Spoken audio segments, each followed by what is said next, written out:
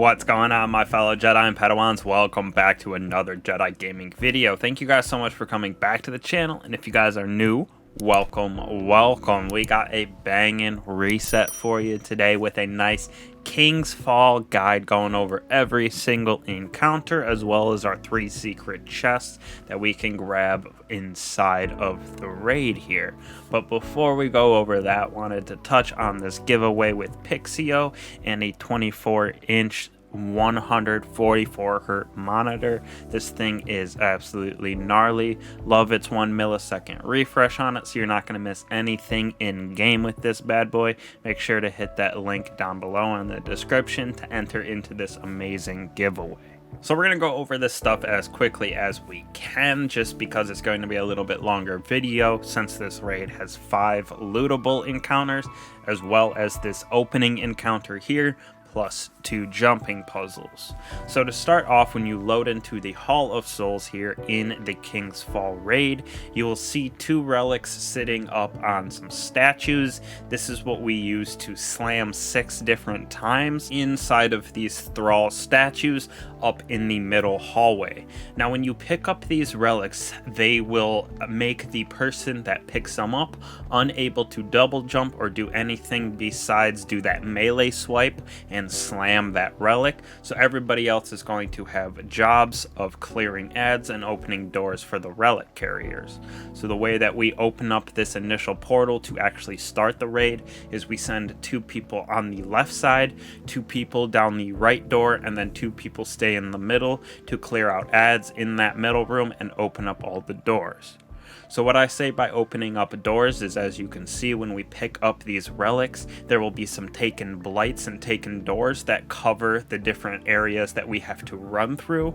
So it's the job of the people that are not picking up the relics to destroy those doors as quickly as possible, to allow the runners to quickly get from wherever they pick up to relic to that center area with the thrall statues where we slam, because there is a timer when you pick up that relic. So when you're going through this, like I said, you just split up 2, 2, and 2, and have 1 person pick up the relic on left, 1 person pick up the relic on right. Those other 2 that are with them help them open the doors and clear ads, and then the 2 people that stay in the middle just make sure that the big door in the middle is open with that taken blight. You have to shoot that to open it, and then the 2 runners will slam at the thrall statue that is glowing in about 5 to 3 seconds from each other. So you kind of count down and wait for each other and then slam at the same time. After you do that 6 different times, you open up the portal and actually go into the raid to start the pinnacle loot encounters, but we do get a nice little chest from completing this one right here. After we clear the Hall of Souls by slamming those relics, we actually become into our first jumping puzzle, where we have to jump across a gigantic chasm where there's ships going across, and you have to jump on a certain pattern of ships. So it is a super easy jumping puzzle compared to some of the others that we've had throughout the years, in my opinion. It's just that these platforms move, so you kind of have to plan it out a little bit and know where you're going. So this path that I am taking right here is the best and only one that really works for this jumping puzzle. You can skate across using your Eager's Edge and Shatter skate, stuff like that, but this route that I'm taking is easily the best and most efficient to get across and safest for everybody. And then we come to our first secret chest after we make it through this jumping puzzle right here.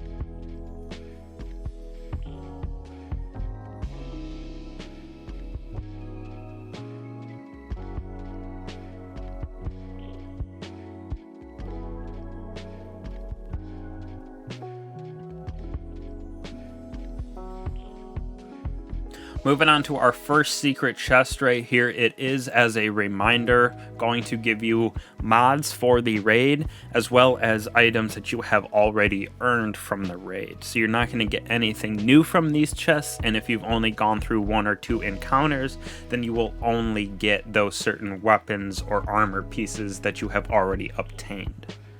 But it is across this chasm here, which is a little different than the D1 version. You have people jump on the ship and it goes across, and you have to have 2 people stand, 1 on each side on these plates to allow people to move through the green door that is stopping us. Now, as you can see, there's a little gap in the wall on the left hand side as that giant ship is moving away from us. All you have to do is make sure that people are standing on those plates to open up that door, and you can go up along this wall and into the hole in the wall, and there is a secret chest right up here before we continue on to our first encounter with totems. So right here is our room for our first real encounter of the raid, called Totems. Now this basically, in its simplest form, is a relay race between your team of 3. So we're splitting up into 2 teams of 3, 1 on the left and 1 on the right. Basically, your jobs here is to pick up a buff called Brand of the Weaver. That person who has the buff Brand of the Weaver goes and stands at the end of one of these corridors on a plate and a hive bomb to stop it from blowing up. As that Brand of the Weaver timer counts down to 0, one of your other people in the relay race on your team will be in the room that we started in with those acolytes and that big center plate. Up on their right or left hand side, whichever side that they are on, there will be a witch that spawns that you have to defeat, and then a Taken Knight.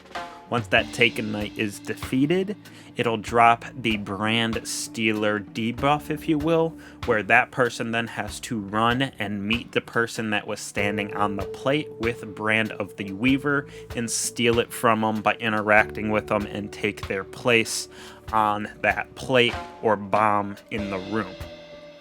Now, the importance of this, when you have the Brand of the Weaver buff, you are standing on that plate and you're defeating as many enemies as possible. This is because defeating enemies while you're standing on that plate with the Brand of the Weaver, you get a secondary buff called Death Singer's Power. So this is what we use to actually stand on the middle plate to raise the door up and go into our next encounter, which we need about 180 to 200 of these Death Singer powers deposited between the 6 of us. So when you're down on the plate with that Brand of the Weaver, you're defeating as many people as you possibly can while staying alive and calling out your time, so the second person in that order can defeat their knight, grab the Stealer, and then come down and take that Brand of the Weaver from you.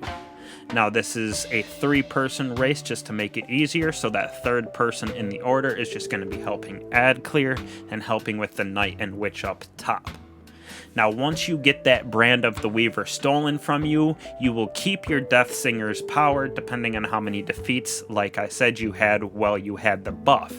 Now you run back to the center room and deposit them at that center plate, and like I said, we need to deposit about 30-ish per person, so about 180 total to get the door to open, and we move on to our second encounter, Warpreist. So it's a super easy relay race, like I said, between the 2 sides. The left side basically focuses only on the left side. The right side only focuses on the right side.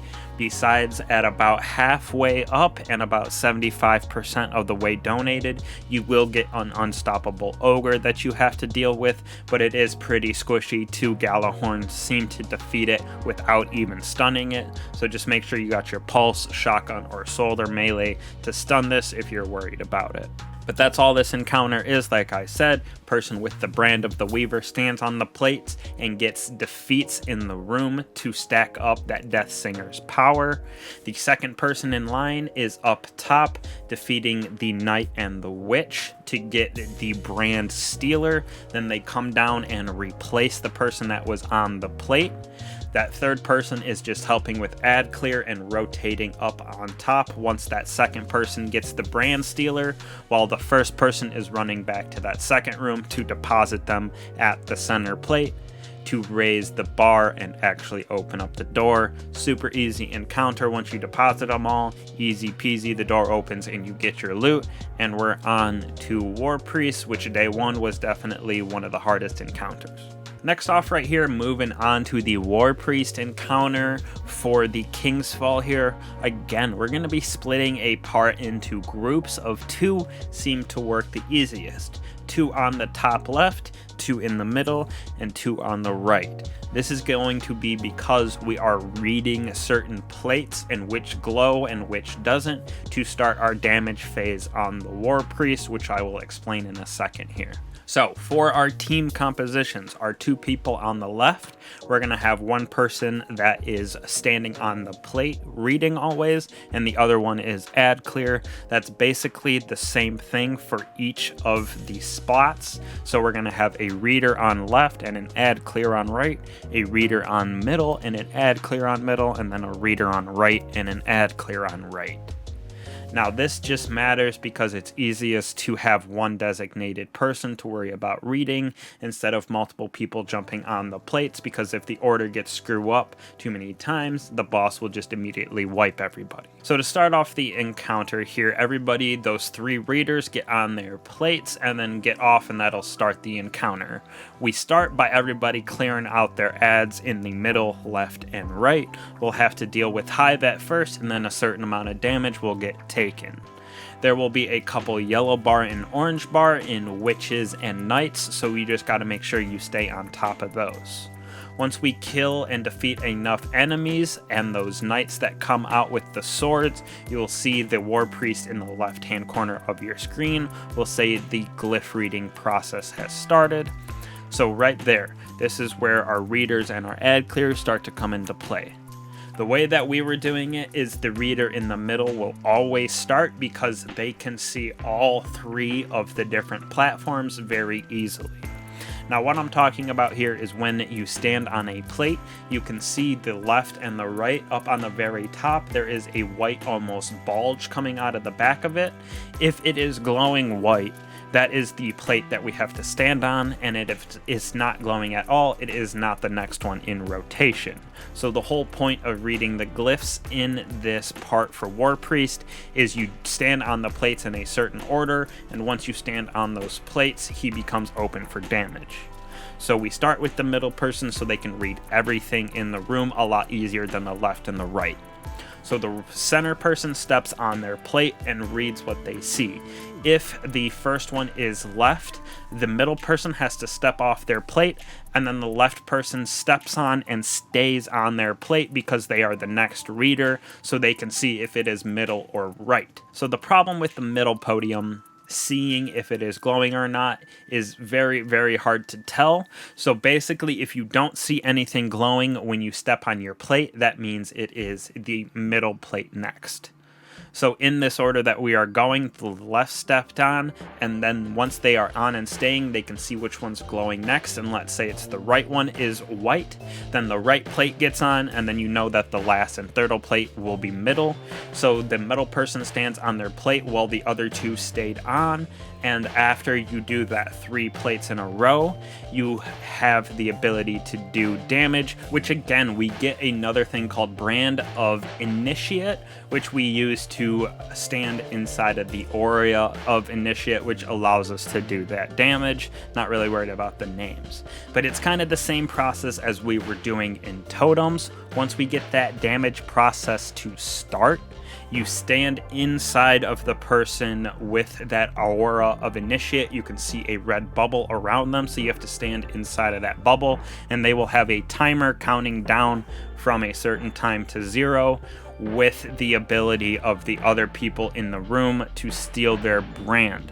Now to steal the brand, it's the same as it was in Totems. You have to wipe out one of the Taken Knights that are in the area. They will either spawn on the top left, right in the middle, or on the right side up on that platform. So you just have to make sure you have 2 designated people that are searching for those taken knights to get the brand claimer, where they can come back to the center and steal it from that initial person with DPS.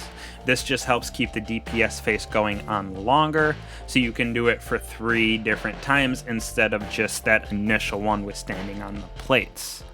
Now, after you do your damage and defeat those 2 knights and steal the Aura of Initiate twice, there will be a point where he has a thing called Oculus and the entire screen starts to go white, and you have to stand in the shadow of one of the pillars to stay safe. Now, the first time you do damage, go to the center pillar. The second time you do damage, go to the right pillar. And the third time you do damage, go up to the left. And if you have to go into a 4th phase, come back down to the middle, since it is the safest spots to stand, because after you do damage in a certain spot, then the pillars get destroyed after these phases. But that is really it for this encounter. Super easy rotation, wipe out ads, and wait for that glyph reading to start, and then you'll have your center person stand on that center plate to start the reading and see which one is glowing. They step off and let that first person that got the read step on. So if it's left plate, the left person steps on, stays on, and reads which one, the middle or the right, is glowing. If it's right, the right person gets on and stays on as well. And then we know that the third and final plate is middle. The third middle person gets on, and that'll initiate the damage phase, and then you just rinse and repeat every single time until you get the Warpreist defeated and get our loot. Moving on to Golgoroth next, with a secret chest in between. After we wipe out the Warpreist, we come into Golgoroth's Cellar right here, which is a little maze of a thing to get through with a secret chest inside of here as well. So there are 5 different plates, if you haven't noticed that theme, that we're going to have to stand on in a certain order to get some doors to drop where we are able to get the secret chest. Now, the 5 doors that we have are in interesting places, as you can see right here on this map. So thank you to Blake Robinson for creating this, because it is super nice with showing where each of those plates are. So as you can see, we have 5 of them. 1, 2, 3, 4, and 5. So you'll have to split up one person on each of these plates without standing on them at the start. Now, the way, like I said, is we're going to have to stand on all 5 of these in a certain order to get these doors to drop so we can get the chest in the very center. The way that my group does it is we have one person at each of the plates standing off of it waiting to jump on. So we start with plate 1, have that person get on it. If the plate is red, they have to get off immediately because that is the wrong order. If it turns green, we know we're in the right order. So let's say if 1 gets on and it turns red, then we move on to plate 2 and repeat that process. Plate 2 gets on. If it turns red, we go to plate 3. If it turns red, we go to plate 4. And then if it turns red, we go to plate 5. So on and so forth, completing the order of these plates. So once we get a green plate though, we start over in the order that was going on. So let's say if 1 was red, but 2 jumped on and 2 turned green, our next plate to go would still be number 3. We wouldn't go back to 1. So then 3 would get on, check if it is red or green, get off, go to 4, check if that is red or green, get off, except for if it's green, you stay on, obviously, and move on to the next person doing that same process. But all you have to do is have the order of the plates jumped on right, and then once all 5 plates are activated with that green glow, the doors in the center will open and we are able to get our second secret chest before moving on to Golgoroth, where you can just run right down that center alleyway as you see right here to the exit way. You do gotta watch out for these little holes because you can fall into them, but super easy to get this chest right here. Just make sure you're standing on the plates. If it's green, that's the one in the right order. If it turns red, get off immediately. So after making it through that cellar there, we move on to Golgoroth, the gigantic ogre, with the gross looking boil on his back, with being protected by those crazy claw bones.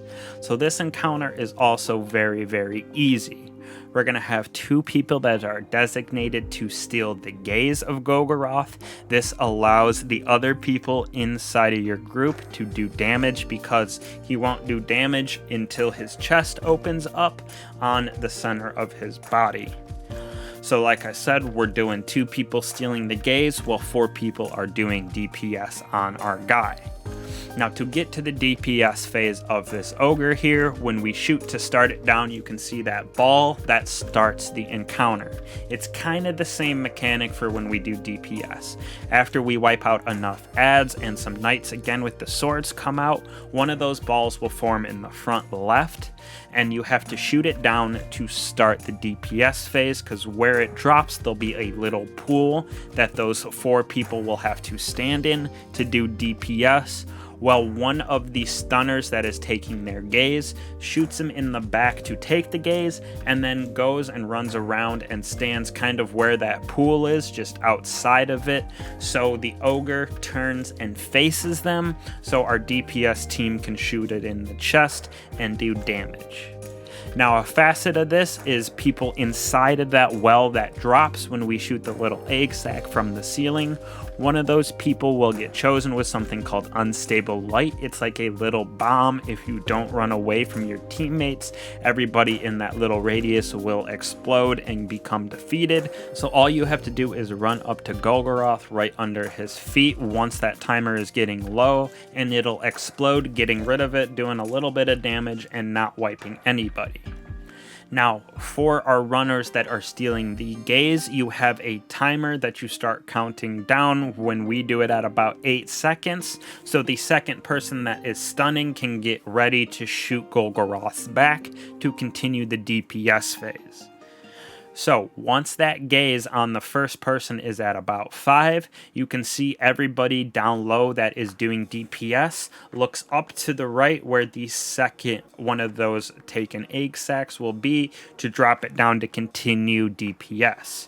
There will be 6 of these egg sacs in total, starting with front left, going to front right, and then left middle, right middle, followed by left back, and finally right back is our final and 6th one for the DPS phase.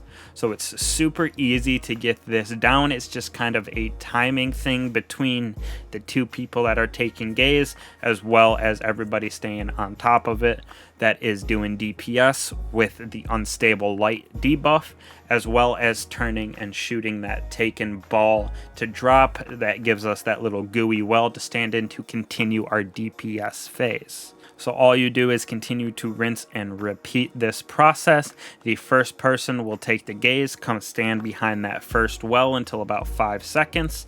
Then the second person will shoot Golgoroth in the back to steal that gaze. They kind of rotate back. The runner on the left goes back in the back of the arena to get ready to shoot Golgoroth's back, while that second person that took the gaze runs around to the right side and stands behind whatever well that they are at.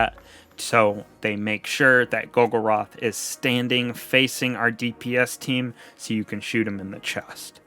It's a very easy encounter. All you got to do is watch out for that unstable light if you are standing inside of that well where you're doing DPS, because it will wipe out all 4 people, and it's kind of hard to recover if you miss shooting one of those egg sacs of down, because the totem will kind of increase with energy the more egg sacs you leave. So you want to be able to hit all 6 of those and do DPS at all 6 of those phases and spots. So once you do enough DPS, we get the Taken to appear again, but it is the exact same thing. We wipe out adds, wait for that little Taken ball to drop so it'll fall and we can do DPS inside of there.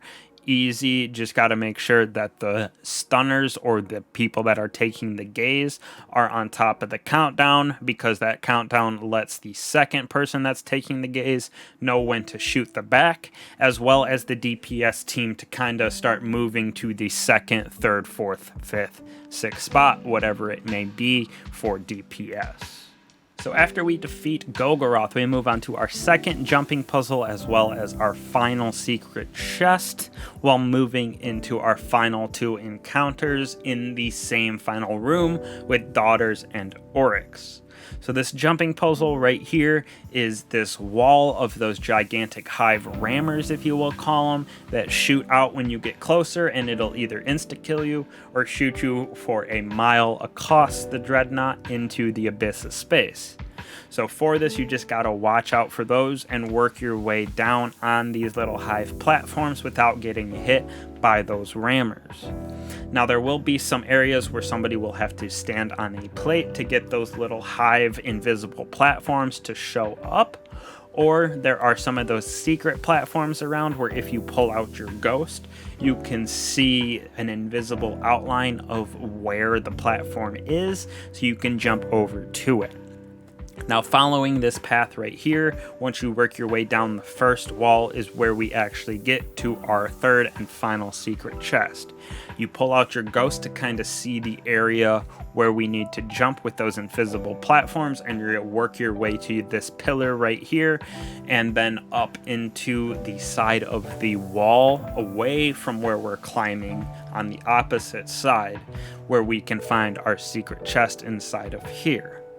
Now this is an area that we can get to very easily using either those secret platforms or just that pillar in the middle like we climbed. But like I said, just pull out your ghost and make it through this little jumping puzzle area, working our way up the gigantic wall that has those rammers. You kind of have to go where we started in, go all the way down to the opposite side, and then we work our way back up almost in a U fashion of climbing this wall. This is a pretty easy jumping puzzle as well, even a little bit easier, I think, than the disappearing ships that we had earlier in the raid. You just gotta really watch out for those rammers that are coming out of the wall.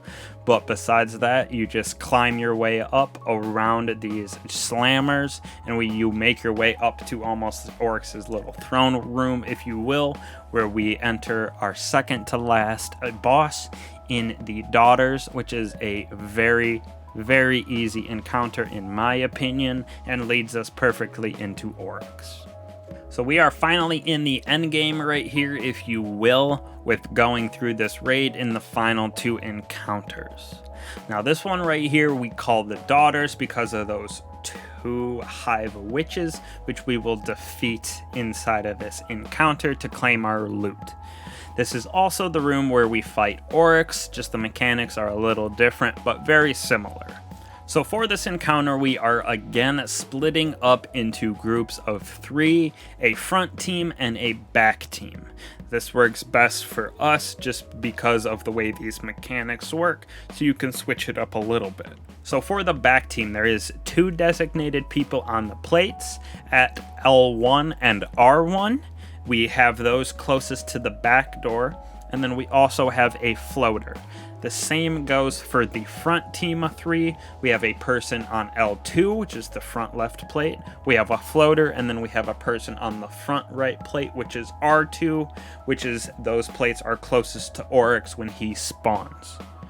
Now the whole mechanics of this encounter right here is we have these teams of 3 because randomly there will be a knight that pops up. One of those plates, L1, L2, or R1, R2 will glow green with that knight, and you have to defeat that knight and stand on the plate.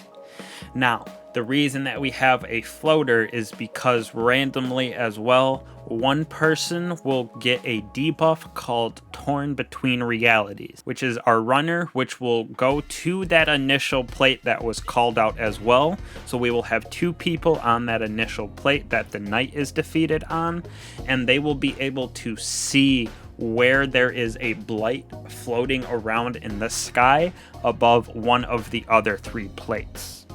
Now, once those people are on the initial plate, they call out the second plate, and whoever that is goes and stands on that, which will activate some invisible platforms, and the person that is torn between realities can't use their weapons, grenades, anything like that besides jumping, so they have to go on to these little invisible platforms and work their way up to where that blight is to collect it, and then it just repeats where the plates will unregister and everybody has to get off, and then it'll start over again. with a knight spawning on one of the 4 plates and a random person getting that torn between realities. So you have to wipe out that knight, and both of those people go stand on the plate and read where the blight is for that third person to go stand on the second plate, so our runner that's torn between realities can go get the blight. And once you collect 3 blights is when we start our damage phase. So to explain why we have those floaters,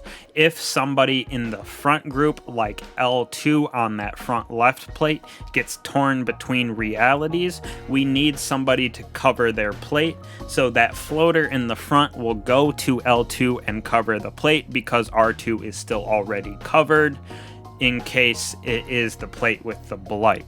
Same goes for the back. If one of the plate members in L1 or R1 become torn between realities, then whoever the floater in the back is has to go and cover that plate for them, if it is one of the active ones, which turns green or has the blight floating above it. It's a little bit of a confusing mechanic, but once you get the pattern down and being able to cover your rotation and your position, it is super easy to do. Now, like I said, once you collect that third blight, you actually have to interact with it, because you get the brand stealer, which steals us a shield of immunity from the witch that is shooting at us. So once you collect that third blight, you will see the witches on their 2 podiums up top. One of them will be not shooting at us and kind of glowing green, and then the other one is the normal witch that is shooting at us. That's the one that the person that stole the brand up top has to go down to the witch on her plate and steal her shield of immunity, and then bring it back to everybody else, where we are doing DPS on this little platform right beneath her. Super easy and squishy bosses right here. Rockets absolutely annihilator. We were using a divinity and 6 ward cliffs, and it absolutely melted the witches off of their plates. Super easy and efficient. And then once you defeat that first one, it's just rinse and repeat for the second witch. So you go defeat whichever plate has the knight on it, stand on that with the person and the person that became torn with realities. They call out which of the 3 other plates has the blight on top of it, and then that runner that is torn between realities will jump up to where that blight is after that second person gets on their plate, so they can see the platforms. You rinse and repeat that 3 times until the 3rd time whoever steals that bomb, if you will, goes and takes the shield from the daughter, and then everybody stands inside of that shield, because there is a wipe mechanic if you are outside of that shield of immunity, and wipe out the sisters, the daughters of Oryx here, and you get your loot and move on to the final boss of the raid, Daddy Oryx. Now that we have defeated the Daughters, we have all the mechanics basically that we need for defeating Oryx with collecting those blights and standing on plates. There is just a couple additional things that we add into it for this final boss mechanic here.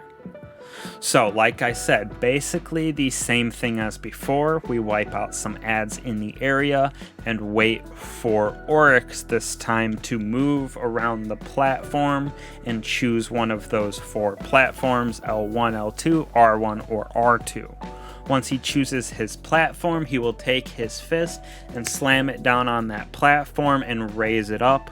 Once he raises up his hand, it'll turn green, and the entire process, like we did in the Daughter, starts, where whoever's plate it was gets on to activate it. Somebody becomes torn between realities. They go and join them on the plate that Oryx was on, where they can see where the blight is on the other 3 plates.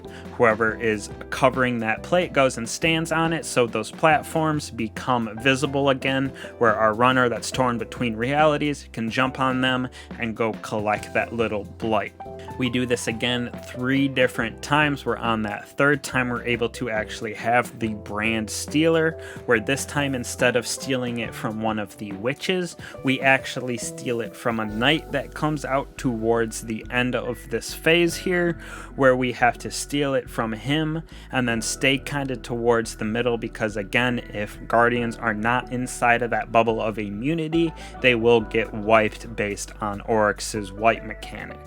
So that mechanic is basically the same as it was with the Daughters, with stealing the shield and climbing via that runner to get the blights. Now the only difference inside of the Oryx encounter is when we start to do the running and jumping to collect those blights. At each of the plates on the outside, we will have an ogre spawn. Now these ogres spawn in counterclockwise of the first plate that gets slammed. So if the first plate that gets slammed is R2, the ogres will spawn in the order of L2, L1, R1, and then finish with R2. Once you defeat these ogres, you have to do it fast as soon as they start coming out of the ground, because they drop a Taken Blight, which we use in the DPS phase to stun Oryx and have a longer DPS phase. Now these blights have a little aura around them, so make sure you don't stand inside of that aura, because that's how you detonate that Taken bomb to help us stun Oryx and continue that DPS phase. Now another thing that the teams have to worry about, because we're doing the same thing, people in the front and then 3 people in the back. Once you defeat those ogres and they drop the bombs, on the opposite side of where the ogre was defeated, you will have a Light Eater Knight, which will come running straight for the bomb and try to steal that energy. If it does, you have 1 less bomb to do damage with Oryx, so it just is a lot faster, and you need a certain number of bombs to stun Oryx. So if you let more than 2 of those bombs get eaten by the Light Eaters, you will not be able to do a damage phase and Oryx will wipe you. So just make sure as soon as you defeat your ogre at your plate, make sure you turn around and look to the opposite side, and that will be where the Light Bearer spawns, and wipe them out as soon as possible. Pretty easy to wipe them out in all seriousness, you just gotta watch out for them. So now when it comes to actual damage phase with this boss here, we're gonna have everybody that was on a plate worry about the bombs. So the person covering L1 deals with L1 bomb, person covering L2, L2 bomb, and same thing on the right hand side, with the caveat of the same like I said before, of if it is a plate person that becomes a runner, the floater has to go cover that plate and bomb in this encounter. But once DPS actually starts, like I said, that third runner steals the blight from that Knight of Immunity, and everybody wipes out that Knight. Once that happens, Oryx will call upon the darkness. You can see that in the left-hand corner of the screen. This is where those 4 people that were on the plates go stand in that little aura around the bomb for about 3 seconds. You will see on the left-hand side, it'll say your name, detonated a Taken Blight or whatever it says, but you will see that pop up, and then everybody that was doing bombs runs back to the center where that person who stole the buff from the Knight is, because they're in that bubble of immunity, and Oryx does a clap which opens up his chest but also wipes everything outside of that bubble of immunity, and then you guys can just start annihilating him and going into damage phase. Now this stays for a good amount of time, especially if you get all 4 of those bombs detonated. It extends that DPS timer, making it very easy to 1-2 phase this guy. Now after you do a DPS phase on Oryx, he will go into 2 different ways of kind of resetting the damage phase. He either puts up a Taken Blight in the front and then brings people in 1 at a time to defeat a shade of Oryx. It's just a smaller version of him with a sword, so everybody in there just has to keep doing DPS on it until it is destroyed and everybody gets sent back to the ship. Or Oryx will call a bombardment down from the sky, where you just continuously basically have to run around the plates and the ship area that you're in, avoiding those bombs that he is dropping. They almost look like a Wither Horde puddle from that bolt that it shoots, so just make sure you're running around and watching out for that. Once that happens though, it's just a rinse and repeat of damage. Oryx will go to whatever plate, slam on it to activate it, and then you just do your thing with 2 of those people, the initial plate person and the person being torn, standing on the initial plate to see where the blight is, so that person that is covering that plate can stand on and get the process down and started for collecting those blights up until the 3rd one, where we steal it from the knight, that immunity shield, and get that DPS started. Just make sure that everybody at your plates is wiping out your ogres to get the taken bombs to drop, and then after you take out your ogre, turn around and be looking for that light eater knight. Once we take Oryx down enough and he gets into his final stand, he will go into the front of the room, where it is a very similar mechanic to how we were before. 2 ogres will spawn in the L2 spot and the R2 spot right next to you on the front side up there.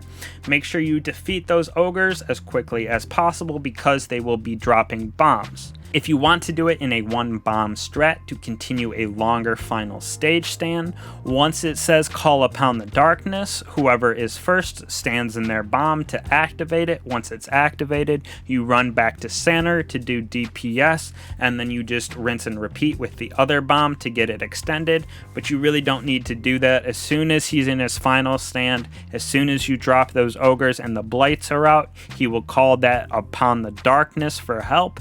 Both of those people go stand in your bombs to get them to detonate. Once it says your name on the left hand side, run into the middle, and everybody just does that final stand DPS, which is a pretty squishy final stand at DPS with both of those bombs activated. You just got to make sure that you're getting them, because he will still clap and wipe you through the immunity shield if you don't have any of those bombs activated. So once you wipe them out, easy peasy, y'all completed the raid, got your King's Fall clear. Hopefully you got Touch of Malice, but all the weapons from this raid are actually pretty banging in my opinion. Gonna do a guide on some of them and go over their god rolls, because we got a hand cannon that is awesome in my opinion. We got some interesting rolls on the sniper, and then I've also been really enjoying the scout rifle from this raid as well. So hopefully, I know this one's a little bit longer than normal, but we went in detail for each of these encounters, as well as getting our 3 secret chests. So it's a very in-depth guide, hence why it came out Tuesday here instead of over the weekend like a lot of other people did. So thank you guys so much for that support and watching. Hopefully this helps you get through your first clear of King's Fall. Definitely be doing some runs on Twitch and stuff, so make sure to stop by there. Truly appreciate it. I'll catch y'all in the next one. Peace.